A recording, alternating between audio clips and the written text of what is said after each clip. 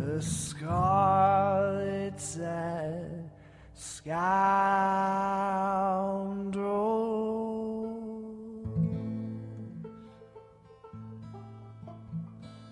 Your throat stopped up with change.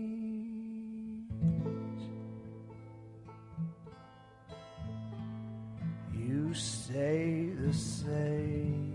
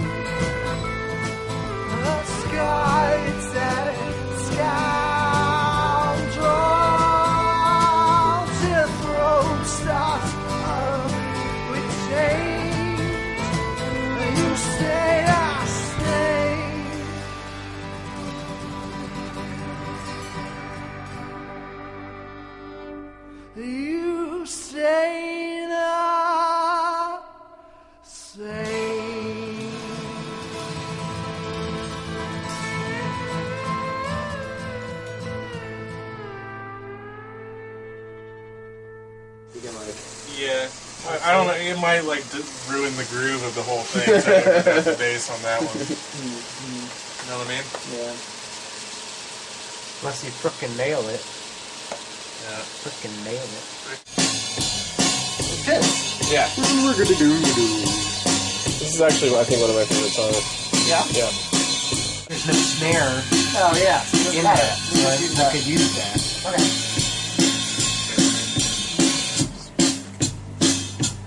I'm happy with it. Yeah, it's good for me.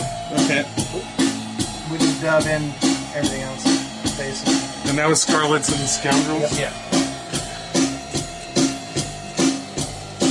Okay, so check on the drums, right? Check.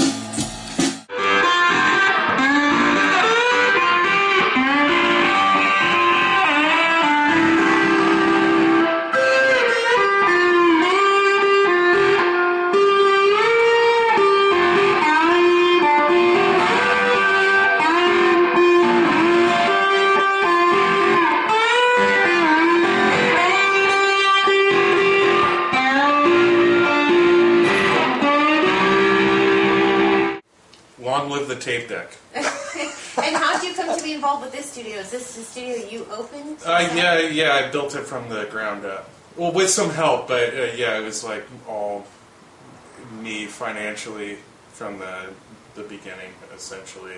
Okay. And I've been like, you know, I'm a big nerd, you know, like I'm a gear wizard, I'm a techie kind of guy, you know, like not quite a hoarder, but I collect shit. So like, you know, it's like I have a lot of like musical equipment and like decent microphones and, you know, like niche kind of weird shit because I'm into weird shit.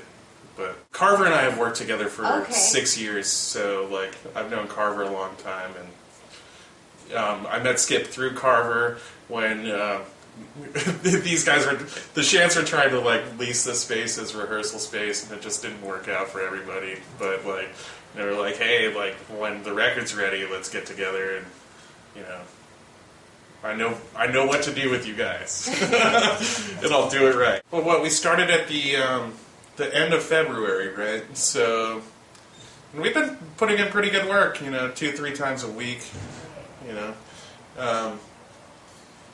Certain ones we've worked out a little more, taken a little more time, and certain things we're just hammered straight away. But, you know, this session has been really inspiring, so, you know, I've kind of forgotten about the time, so to say. But, yeah, a lot of these songs I've heard probably like 20, 30 times. And the only problem with that, you know, it's like, you know, we don't want to burn out the tape, but, you know, it's part of the soul of the sound and the soul of the medium, you know, it's like the variability of the machine and whatnot. Like, everything's essentially, like, pre-mixed, you know, and it has that, like, console sound and that, like, you know, tape sound. So, like, I guess, like, that's the Albini aspiration or formula, you know, where it's like you get it sounding right, not just naturally, but get it sounding right on the way in, and that way, like, and you have an idea of, like, all the, like, thankfully, like, Skip being as OCD or whatever that he is, we have, like, a track sheet where, like, I saw on a piece of paper every element that we were going to have. Either one of these are probably right. Let me just look in the iTunes. Oh, yeah. Yes, I have the demos on there. What else are we doing on the acoustic? You win, and what else? You win, Full Circle, Waste Another, Song on you. and those are electric or acoustic? those are all acoustic. Quiet sounds But it's are all going to be acoustic. a different It's a different sound, sound, so it's more Yeah. brushes. And I'll get my other the mics going for that tomorrow. right? Like, okay, I know what to do there and where it should be, like, as far as leveling and tone in the mix. So when we put everything into the machine, you know, it's pretty much like hot and ready to go. You know, obviously it's going to take a little bit of work in the mix end, but, you know, it's like necessary work, and yeah, it should be good.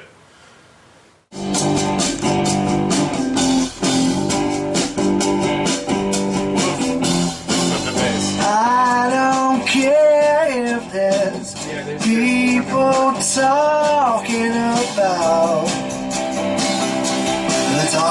about me.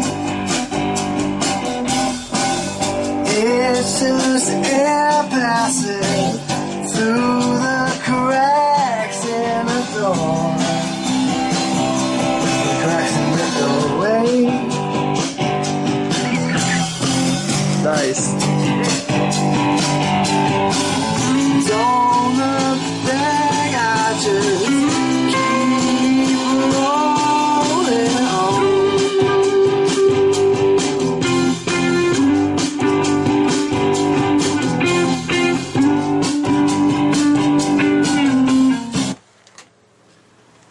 So, you just listening? So yeah, we started making the record kind of the end of February of this year. We set up camp at the rec center for probably about 2 weeks. Just kind of 3 or 4 of us in one room, laying down the bass and drums and acoustic guitar tracks all in one.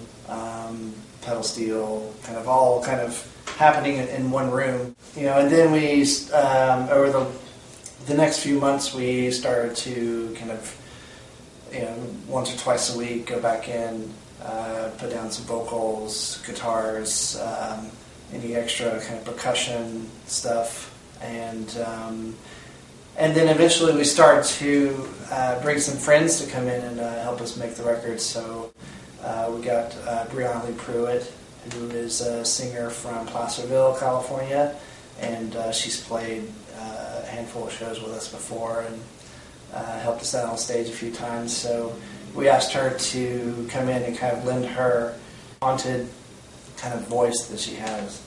And so she pops up in about half the songs, just kind of a counterpoint to my singing. Now I'm cursing the choices I made from that time up until now. You don't deserve what you got,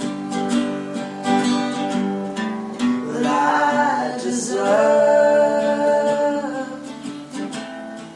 the someone you're not.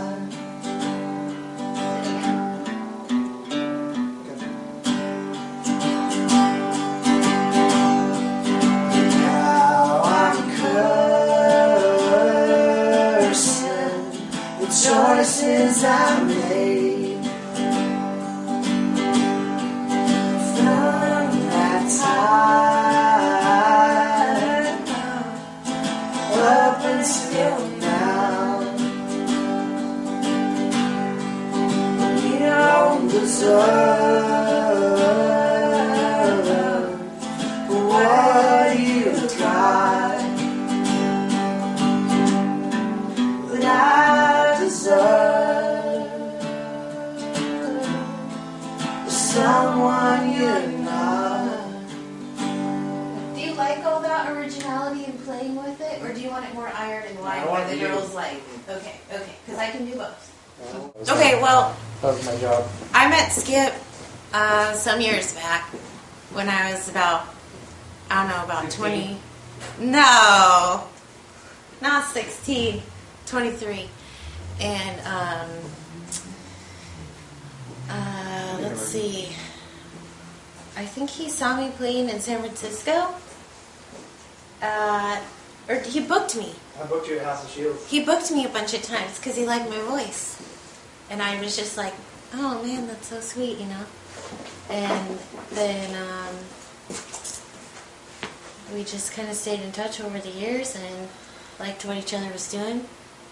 And he asked me to sing on the record, and I said, of course. Because I love his music. And I've watched the Shants change a lot, and well, I guess they've always had like a certain sound from the beginning, but it's developed a lot in a short period of time, which is like a wow to me, because I've been a musician a long time and seen a lot, I hear the influence of that part of the country, the South, and I'm hearing just how the different aspects of these guys are coming together. Just all the really sweet parts of them, you know what I mean? And even the dark parts, when they're coming out, it's like there's a sweet treatment to it, like that I really like. It's been pretty a few times enough. Oh, I love and I live on your sidewalks, and though I am glad that we met, there are times I am so glad that you're out of my life. There you go. Pretty. Oh, I love and I live on your sidewalks, and though I am glad that we met, there are times I am so glad that you're out of my life. And then for the last song on the record, which is called I'm Not Gonna Waste Another Song on You, we got our friends the Blue Bone Express, which is a brass band from right here in Oakland. They've got this great kind of New Orleans street band kind of vibe, and that's kind of what we were looking for that song.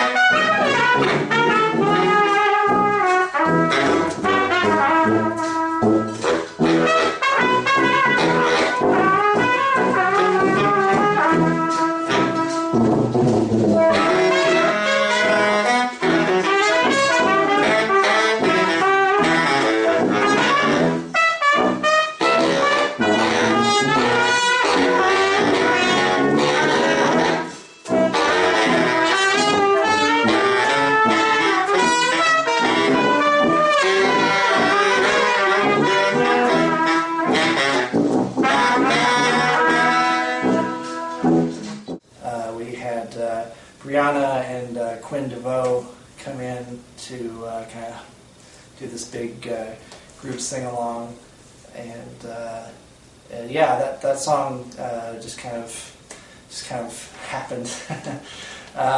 Great way to end the record.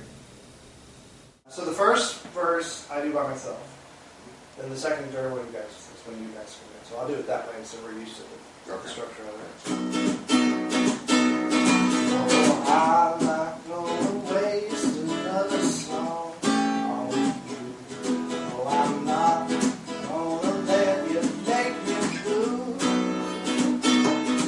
Oh, I'm gonna find another love that's true. But I'm not gonna waste another song on you. Oh, I'm gonna waste another song on you. No, I'm not gonna let you make me blue. No more tears for me now that I'm set free. No, I'm not gonna waste another song on you. Yeah. 1, 2, 3. No, I'm not gonna waste another song on you.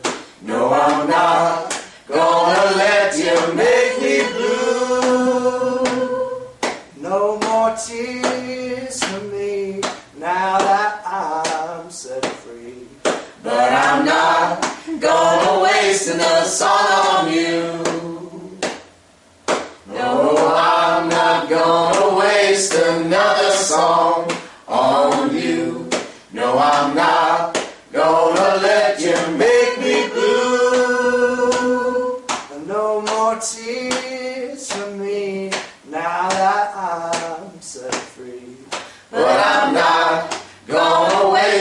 song on you. Yeah? Yeah.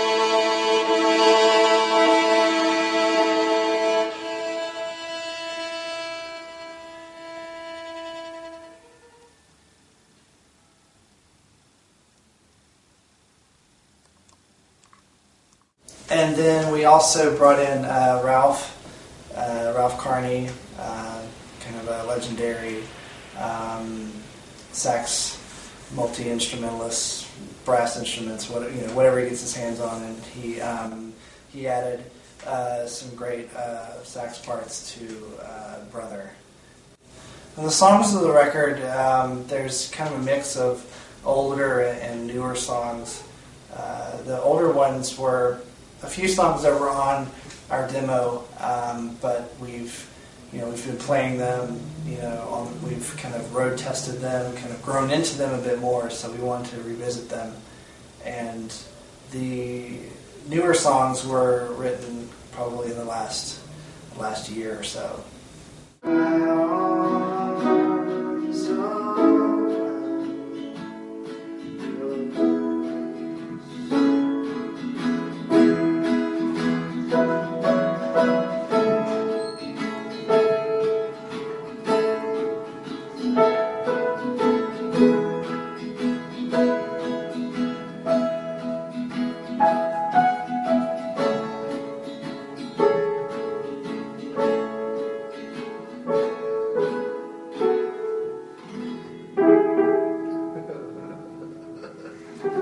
That could be totally cool. Yeah, like just piano, bass, like no guitar.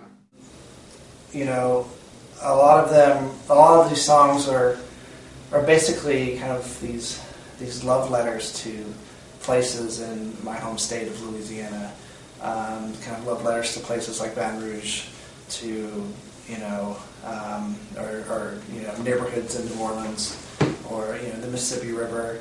And then others are kind of personifications of those places, so kind of giving voice to kind of the state of Louisiana, speaking for herself and kind of giving her point of view of what she's been through in the last few years.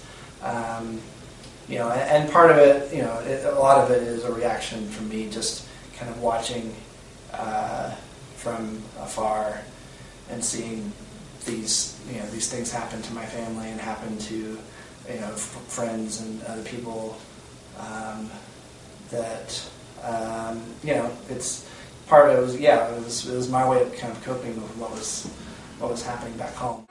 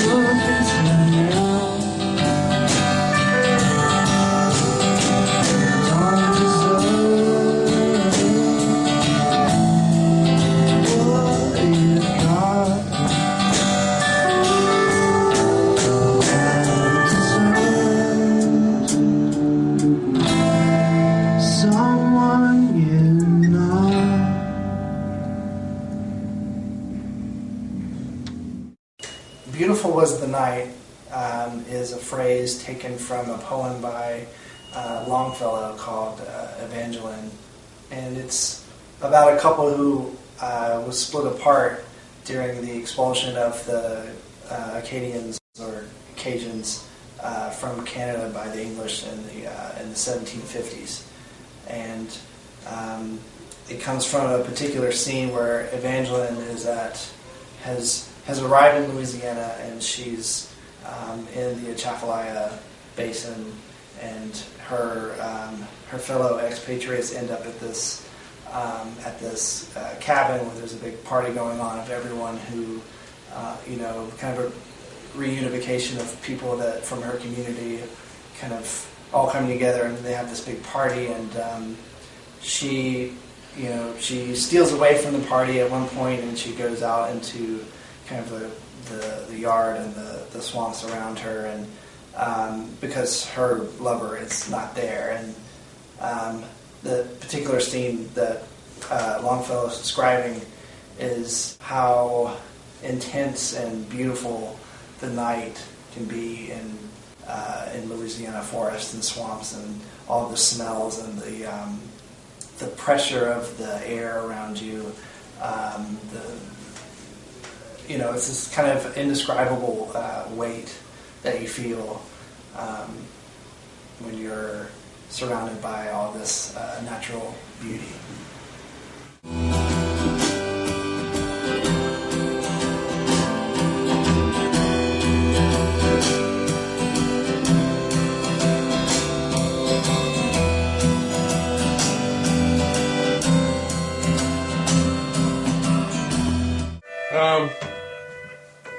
Can you play the loud passage again? Yeah. Just because your amplitude's so different between like the melancholy back stuff and then when you play the solo, so I got the level right for like the meat of the song. Unless you want to like push your pedal less or something, I don't know, whatever. I like to be able to max it out in the solo. Right. Sure. Because then, one less thing to think about.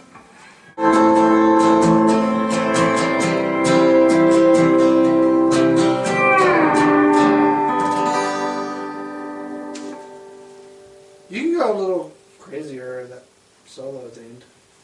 Oh yeah. A little, do a little flurry stuff. Yeah, because there's not going to be there's no violin on this or Okay. anything, so you have more space to do whatever the fuck you want. Do I have to lean it down or no? Like forward, or if I'm hitting the... So, would I be hitting the bottom? You're kind of projecting upwards, right? Yeah. Okay, cool.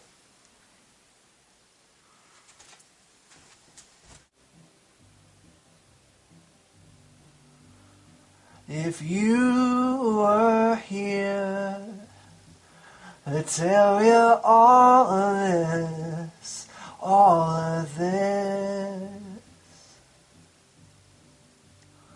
if you were here, I tell you to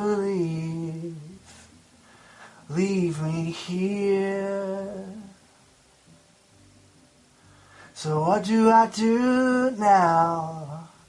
I turn out the lights and pull the shades down. I walk down Decatur Street and find something sweet.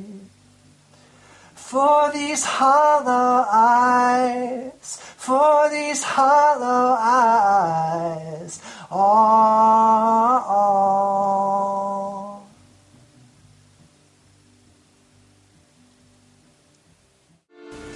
I love that there's a lot of textures.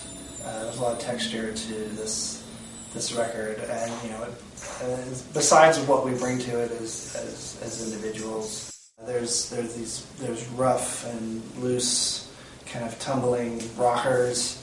There's a slow sweetness to some of the songs, and there is a little bit of darkness there. There's mixed with a little bit of hope. There's a lot going on this record, and we're proud of the work we've done, and we can't wait for people to hear it.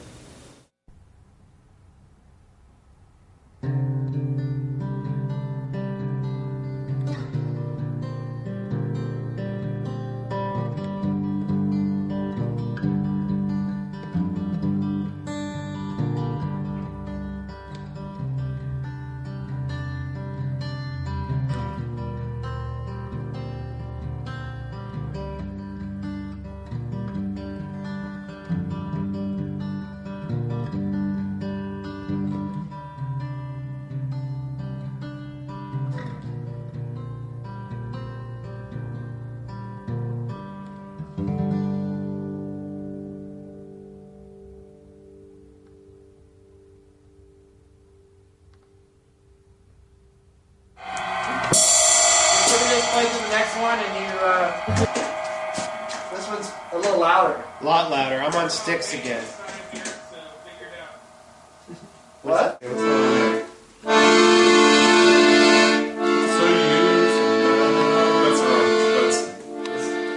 that's too much Bach.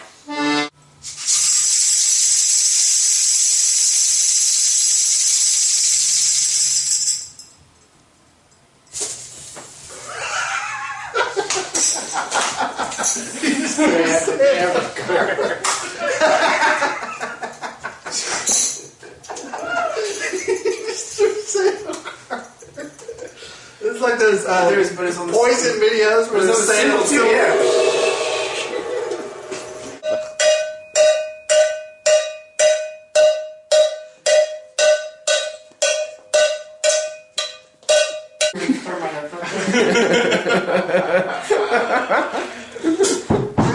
man. Turn my headphones up.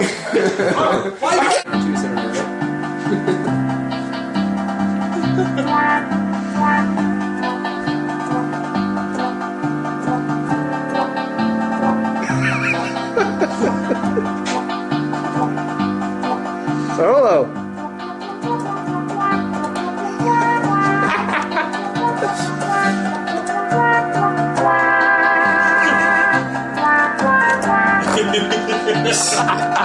Way home, figure things out.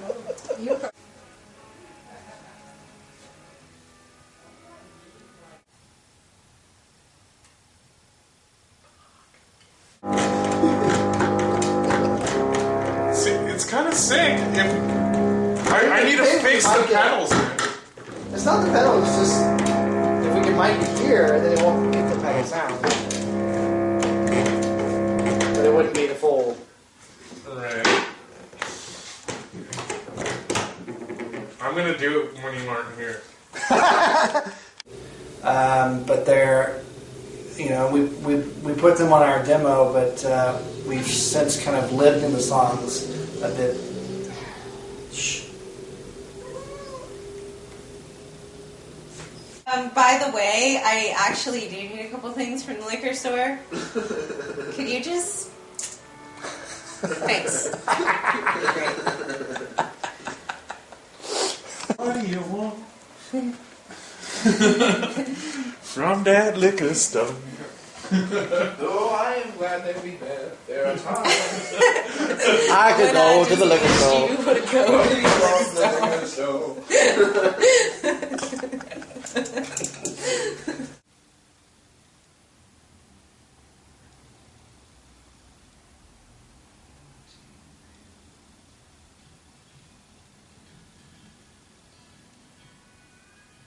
Wrong song.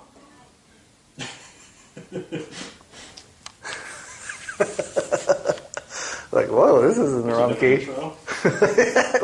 We went a different direction.